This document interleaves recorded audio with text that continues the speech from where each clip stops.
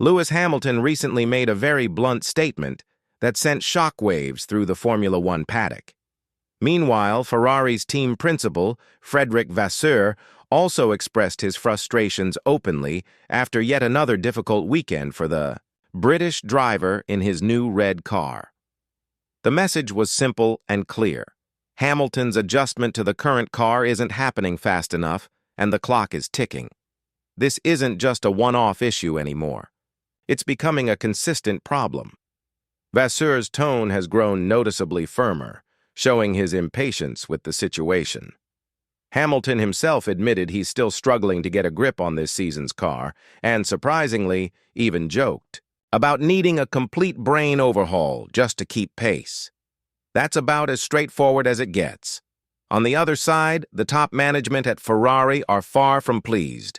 They're unhappy with the results, the pace, and nearly everything surrounding the team's performance right now. As Hamilton's qualifying positions continue to slip, the pressure from the team's leadership is rising steadily. Before we break down what's happening behind Ferrari's closed doors and what could happen if things don't improve, take a moment to like this video and subscribe if you haven't already. Stick around for all the details that follow. After raising hopes among Ferrari fans with a stunning sprint race win from pole position in Shanghai, many expected the Saudi Arabian Grand Prix to be the moment when Hamilton would finally click with the new car. It was supposed to mark the point where all the testing, setup changes, and learning would start to pay off. But what unfolded in Jeddah painted a different picture. Another frustrating weekend that's starting to feel all too familiar. Hamilton barely made it into Q3, and once again he watched as Charles Leclerc outpaced him by more than half a second.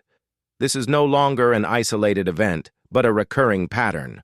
When asked what it would take to finally get the best out of the car, Hamilton didn't mention technical tweaks or blame the setup.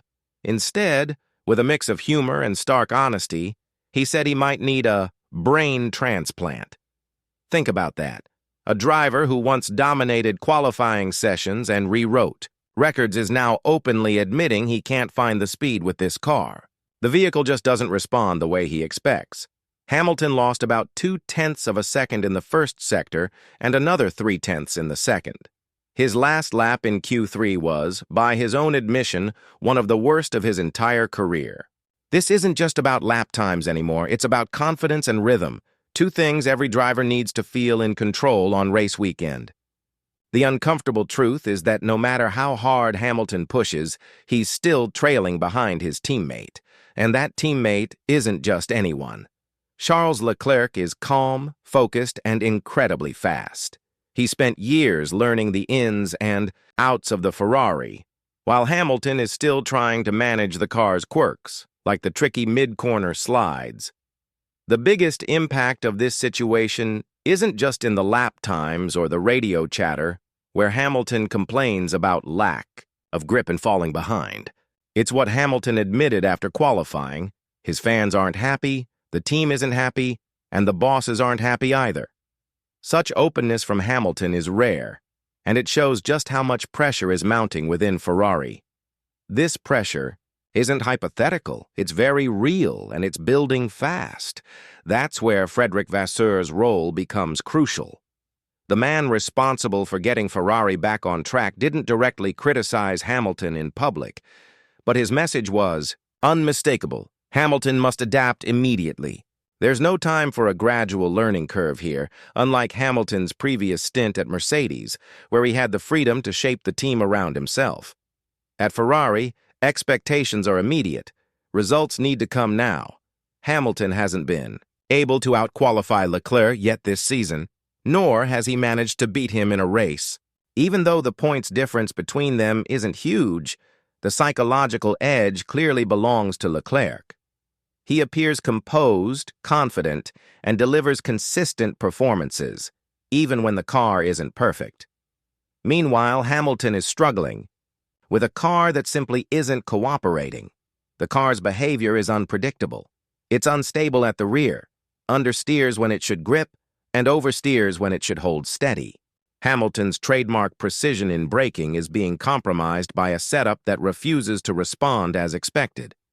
Adding to the challenge, the upgrades Ferrari introduced for Jeddah, aimed at stabilizing the car's floor and improving grip, didn't produce the improvements Hamilton hoped for. He mentioned hoping to build on what he learned in Bahrain, but it felt as if all progress was wiped clean. Every bit of data and understanding he was gaining seemed lost overnight. That situation can be dangerous for any driver. When the car offers no feedback, every lap turns into a guessing game. This not only affects lap times, but also chips away at a driver's confidence and identity. For someone like Hamilton, who built his legacy by extracting every ounce of performance from each lap, this feeling is unfamiliar and frustrating. Seeing this level of struggle and frustration from a driver of his caliber is unusual. Interviews, radio messages, and sector times all reflect that growing unease. Ferrari didn't bring Hamilton on board just to watch him struggle. They hired him to lead the team, inspire everyone around him, and push the whole outfit forward. If this downward trend continues, the pressure won't only rest on Hamilton's shoulders. It will quickly spread to the engineers, the management, and yes, even to Vasseur himself.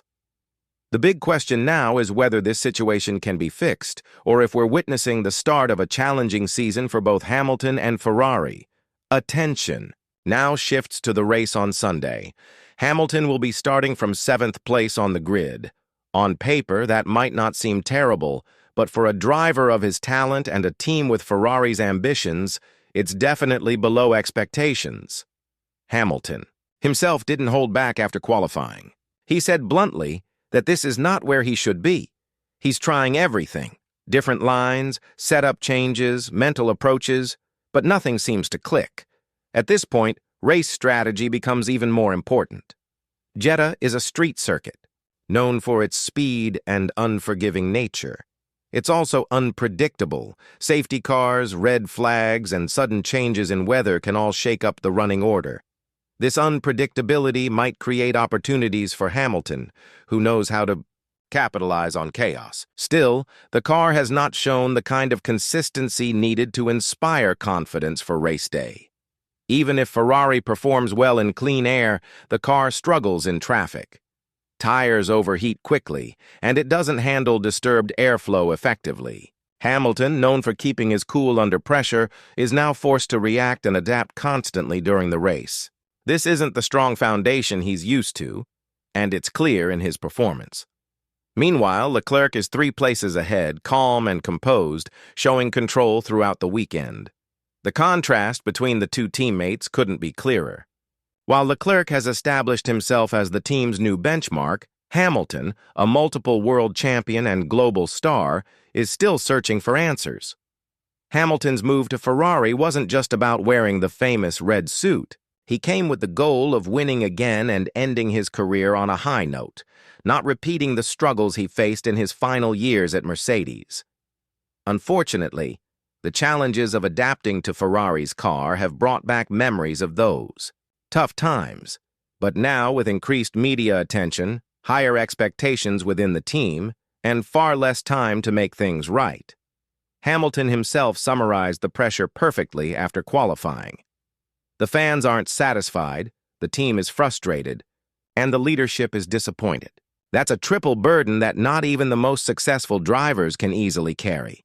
If results don't improve soon, this tension will influence every technical meeting, every press conference, and every headline related to Ferrari. So what's next? Vasseur has been clear. The car won't see major changes overnight, which means Hamilton has to adapt quickly. That involves spending more hours in the simulator, analyzing every moment on camera, and going through tough weekends where progress may be slow and painful. All of this is happening under the intense spotlight of global media and millions of fans who expect Ferrari to shine. Can Hamilton manage this? Of course, he has faced many challenges before: championship battles, injuries, and controversies. But the key question remains: can he adjust fast enough to keep this partnership productive and competitive?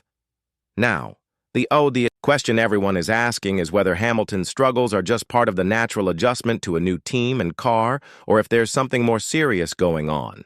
Is there a fundamental mismatch between driver and machine that might not get fixed? And what about Ferrari's ability to support Hamilton the way Mercedes once did? Could Leclerc's strong performance mean he's already the undisputed number one at Ferrari? These are the tough topics fans and experts are debating. Hamilton has always been known for his ability to push through hard times, but the pressure at Ferrari is different. It's intense, immediate, and relentless. The team expects results. Now, not after a lengthy development period. At the same time, Leclerc's rise within the team makes the dynamic even more complicated. The younger driver is confident and showing pace, while Hamilton is still searching for the balance and speed that made him a champion. This internal rivalry is becoming one of the main stories of the season. For those following every detail, it's clear this isn't just about racing on the track.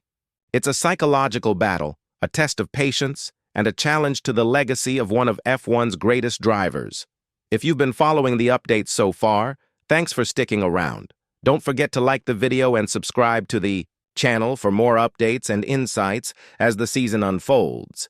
And keep an eye out for our secondary channel, where we post exclusive behind-the-scenes content. As the season moves forward, all eyes will be on Hamilton and Ferrari to see if they can turn things around. It won't be easy. The team must find a way to provide a car that suits Hamilton's driving style while keeping pace with Leclerc. At the same time, Hamilton needs to adapt quickly and regain the confidence that made him one of the best in the sport. This is a critical moment, not just for Hamilton's career but for Ferrari's future. The pressure is mounting from every direction: fans, media, team management, and the intense competition on track. The next few races will reveal whether this partnership can still produce the winning performances both sides expect. Whatever happens, one thing is clear. The 2025 Formula One season is shaping up to be one of the most intense and unpredictable in recent memory. Hamilton's story with Ferrari is a big part of that drama. Thanks for following along. If you enjoyed the video, don't forget to like, subscribe, and hit the notification bell to stay updated on every twist and turn in the F1 world. See you at the next race.